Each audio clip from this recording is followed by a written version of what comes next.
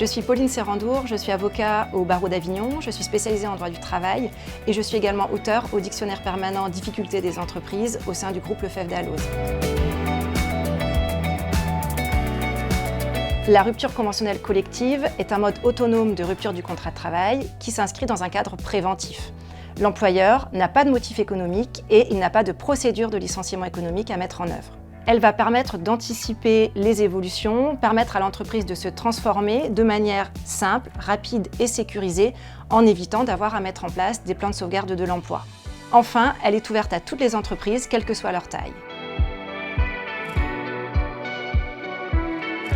Pour mettre en œuvre une rupture conventionnelle collective, il faut combiner deux choses. Tout d'abord, un accord collectif qui va être validé par l'administration, puis un accord individuel avec le salarié.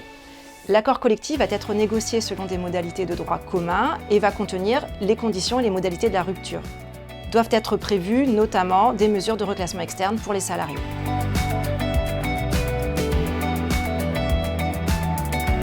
Une fois que l'accord est conclu, l'employeur va adresser à l'administration l'accord pour validation. L'administration dispose alors d'un délai de 15 jours calendaires pour pouvoir lui notifier sa décision. L'employeur portera alors à la connaissance des salariés la décision de l'administration et lancera à ce moment-là l'appel à candidature.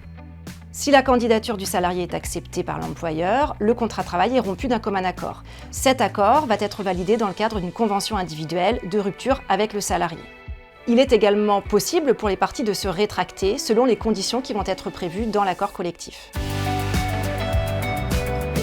À la rupture du contrat, le salarié va percevoir les indemnités spécifiques qui vont être prévues dans l'accord collectif. Le minimum étant évidemment l'indemnité légale de licenciement. Le salarié percevra également l'assurance chômage. On peut contester la rupture conventionnelle collective de deux façons. Tout d'abord, devant le juge administratif, qui lui va être compétent pour statuer sur la validité de l'accord. Ensuite, dans un second temps, les salariés gardent la possibilité de contester la rupture de leur contrat de travail dans un délai de 12 mois à compter de la date de rupture du contrat devant le Conseil des prud'hommes. Il s'agit effectivement d'un dispositif qui s'inspire de la rupture conventionnelle individuelle, puisque dans ce dispositif-là, les deux parties vont se mettre d'accord et il y aura une rupture d'un commun accord. Pourtant, la comparaison s'arrête là, puisqu'en rupture conventionnelle collective, seul l'accord est validé par l'administration.